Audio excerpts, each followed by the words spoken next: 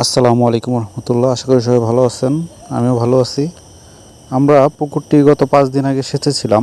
পুকুরের বড় একটি খণ্ড সেচেছিলাম এবং এই পাশে পূর্ব পাশে কিছু জায়গা, মোটামুটি অনেকটাই জায়গা খালি ছিল, পানি ছিল, আমরা সেচতে পারি নাই এবং বিগত কয়েকদিন বৃষ্টির কারণে অনেকটাই সমস্যা হয়েছে। এবং আজকে আমি এখানে মোটামুটি জাল দিয়ে গালা করে দিতেছি মোটামুটি আজকে সারাদিন এবং রাত পর্যন্ত এখান থেকে অটোমেটিক পানি নামবে। এবং রাতে আমাদের একটা আইডিয়া আছে, হয়তো বা 2টা থেকে 3টার দিকে আমরা এসে এখানে মোটামুটি অবশিষ্ট পানিগুলোকে সেচে ফেলবো এবং মোটামুটি এখানে যে মাছগুলো আছে আমরা ধরবো এবং এগুলো সকালবেলা বাজারে নিয়ে যাব ইনশাল্লাহ। তো পুকুরটি মোটামুটি বড়ই। এর আগের বারও আমরা সেচেছিলাম, যে বড় খণ্ডটি সেচেছিলাম ওখানে প্রায় ভালো মাছ পেয়েছিলাম আমরা।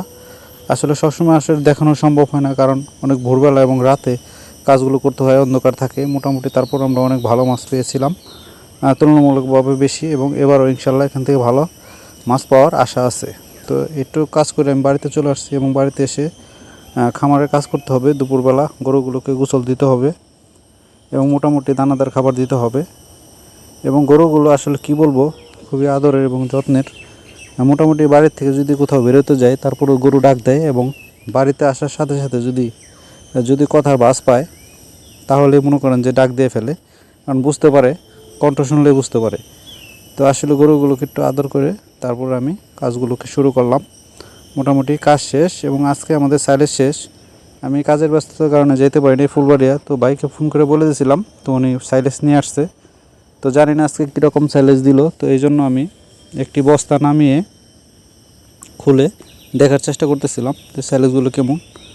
তো আলহামদুলিল্লাহ খুবই ভালো সাইলেজ, যেটা আসলে খুবই উপকারী। কারণ সাইলেজটি আপনি সর্বপ্রথম হাতে নিয়ে চাপ দিবেন, চাপ দেওয়ার পরে যদি এখান থেকে পানি বের হয় তাহলে সেই সাইলেজটি আমি মনে করি যে আপনার জন্য প্রযোজ্য না এবং ভালো না।